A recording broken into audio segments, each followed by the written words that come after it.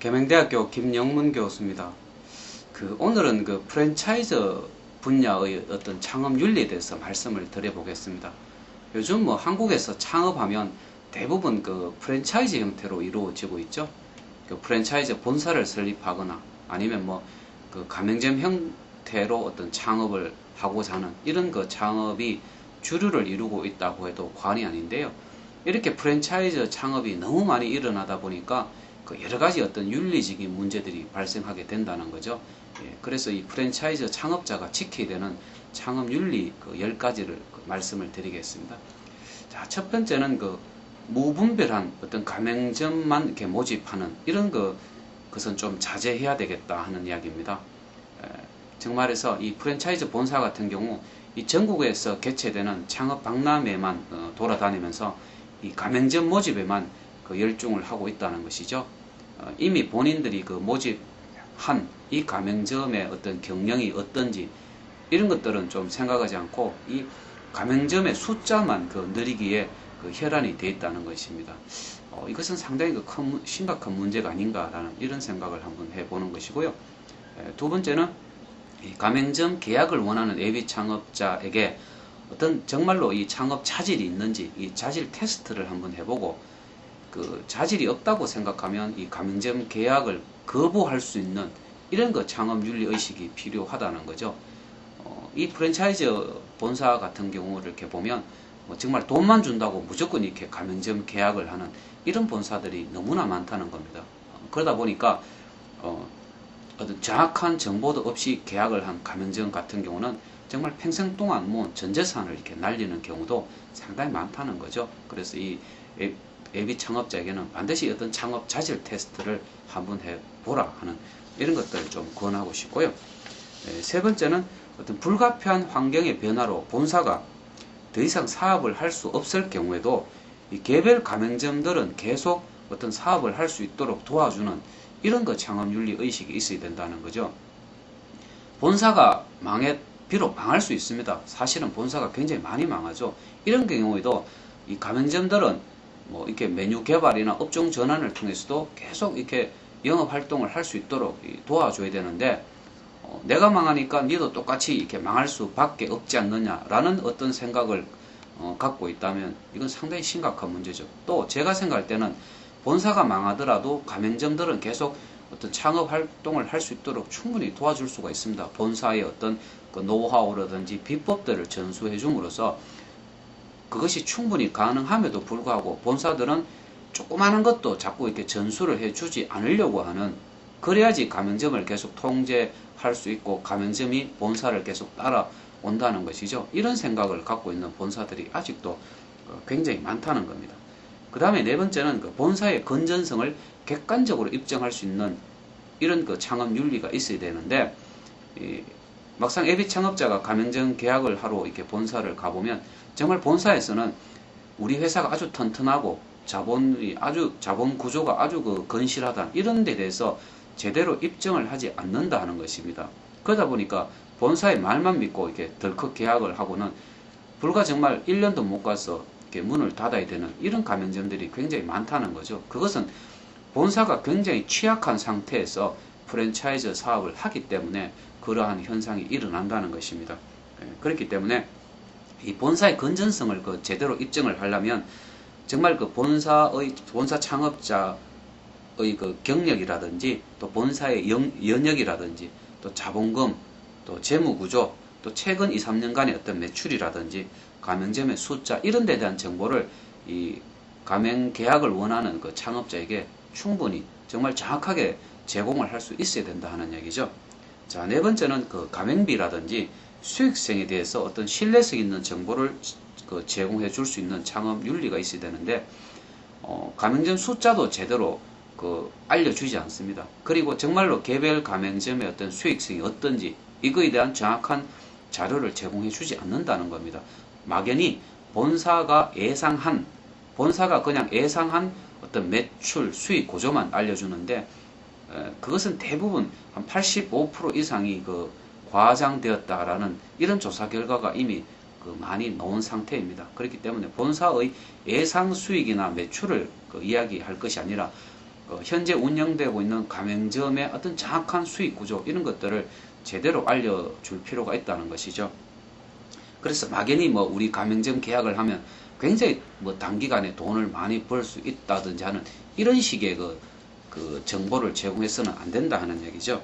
그 다음에는 어떤 기업가 정신, 우리가 보통 뭐 엔터프리너십이라고 하는데 기업가 정신으로 어떤 무장하겠다 하는 이런 그 창업 윤리가 필요하다는 거죠. 사실 요즘도 뭐 가맹점들이 많이 도산을 하고 또 본사는 나 몰라라 하고 이런 좀 비상식적인 어떤 경영이 많이 이루어지지 않습니까? 그래서 어떤 계약금을 노린 이런 사기들, 또 본사의 어떤 경영 부실이라든지 도산, 또 본사가 제대로 약속한 인력에 대한 지원들을 제대로 하지 않는다든지, 뭐 슈퍼바이저라고 해서 파견을 하는데 정말 이렇게 가맹점에 대해서 제대로 경영을 할 수 없는 이런 정말 무능력한 슈퍼바이저를 파견한다든지, 아니면 이 본사의 어떤 일방적인 계약 해지 같은 거, 또 부실한 교육, 또 신상품 개발의 미비 등 정말 이 경영자로서 갖추어야 될 이런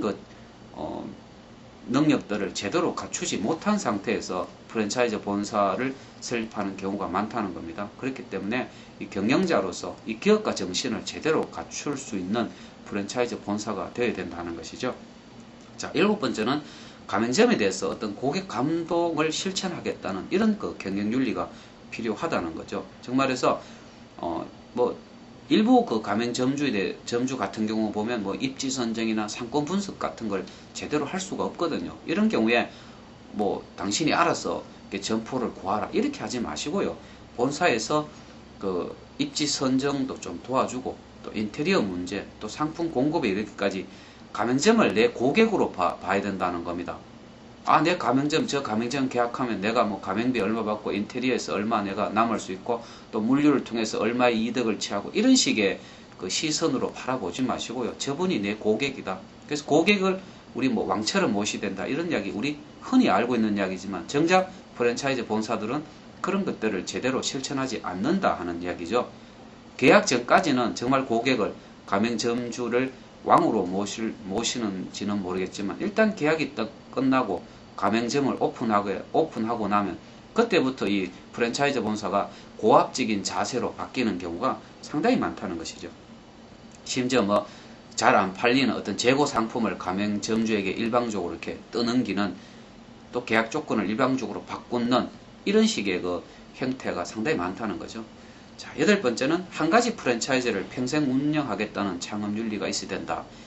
자, 어떻게 보면 이 말이 조금 이상할 수도 있는데요. 이런 것입니다. 지금 우리 국내 프랜차이즈 본사들 보시면 어떤 특정 브랜드를 만들어서 가맹점이 한 100개 정도 이렇게 계약이 되고 나면 계약된 가맹점들의 어떤 매출이 많이 오를 수 있도록 도와줘야 되는데 더 이상 가맹점 계약이 크게 늘지 않는다 하는 이런 여러 가지 이유로 또 다른 브랜드를 만들어서 또 거기에 또 열심히 가맹점 모집하고, 또 그 브랜드가 2차 브랜드가 한 100개 정도 넘어가면 또 3차 브랜드를 만들고, 이런 식의 문어발식의, 우리 뭐 대기업의 문어발식 경영을 많이 비판합니다만 이런 문어발식의 프랜차이즈 사업을 한다는 거죠. 그러다 보니까 브랜드는 많은데 제대로 이렇게 운영이 되고 있는 브랜드가 없다는 거죠. 그런 와중에 이미 본사만 믿고 이 계약한 가맹점들 같은 경우는 본사로부터 제대로 어떤 지원도 받지 못하는 이런 현상들이 많이 일어납니다. 그래서 가끔 이렇게 뭐 보시면 우리 뭐 본사는 브랜드가 몇 개니 뭐 이렇게 이야기를 하는 본사들, 제가 볼 때는 좀 조심할 필요가 있다는 거죠. 뭐 브랜드 한 개라도 제대로 해야 되지 않느냐 하는 그런 말씀을 좀 드리고 싶어요. 자, 2번째는 언제든지 리콜을 하겠다 하는 이런 창업 윤리가 있어야 된다 하는 거죠. 정말해서 원래 이게 프랜차이즈 본사가 계획한 어떤 수익이 제대로 나오지 않을 때는 그 가맹점에 대해서 본사가 전적으로 책임을 질 수 있어야 되는 거죠. 정말해서 본사가 약속한 지원들을 제대로 못하든지 매출이 제대로 안 나오면 그 본사 스스로가 가맹점 계약을 해지하고 모든 비용을 되돌려주는 이런 좀 창업 윤리가 필요하지 않는가 하는 이야기입니다. 뭐 여러 가지 교묘한 말로 또 아주 복잡한 계약서를 들어서 일방적으로 어떤 가맹점의 탓으로만 돌리는 본사들이 너무나 이렇게 많은 실정이죠. 그래서 이런 경우에 본사가 과감하게 우리가 리콜을 할 수 있어야 된다는 것이죠. 자, 마지막 10번째는 본사와 가맹점이 좀 윈윈 해야 된다. 당신도 잘 되고 나도 잘 된다. 이런 윈윈 하겠다는 창업 윤리가 있어야 되는데 그 일부 프랜차이즈 본사들은 그렇지 않은 것 같아요. 이 가맹점 하나 모집하면 뭐 얼마가 남고 심지어 그 본사가 직접 가맹점을 모집하고 상담을 하는 것이 아니라 아주 뭐 이 전문 브로커처럼 가맹점 전국의 이렇게 창업 박람회에 가맹점 모집만 그 전문적으로 해주는 이런 또 별도 그 계약을 해갖고 팀을 운영하고 있는 이런 부도덕한 본사들도 있단 말입니다. 그래서 참 그 정말로 우리 본사가 가맹점하고 한 식구처럼 함께 성장하고 발전하겠다 하는 이런 그 윤리의식을 제대로 갖고 있느냐 이런 것들도 한번 생각해 볼 필요가 있는 것이죠. 그래서 오늘은 제가 특히 이게 프랜차이즈 본사를 설립해서 창업하겠다 하는 이런 분들을 위해서 그 한 10가지 정도 창업 윤리 의식에 대해서 좀 말씀을 드렸는데요. 지금 그 한국에서는 뭐 프랜차이즈 시대라 할 만큼 이 창업 시장에서 프랜차이즈의 비중이 상당히 커졌습니다.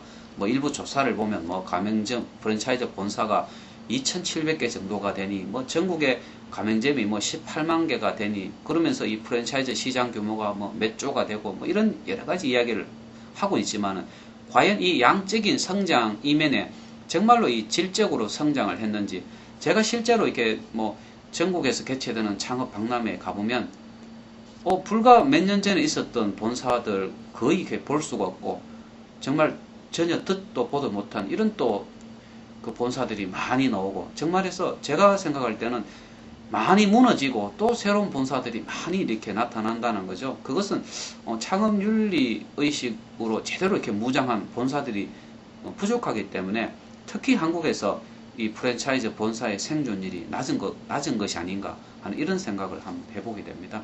예, 오늘 이것으로 마치겠습니다. 감사합니다.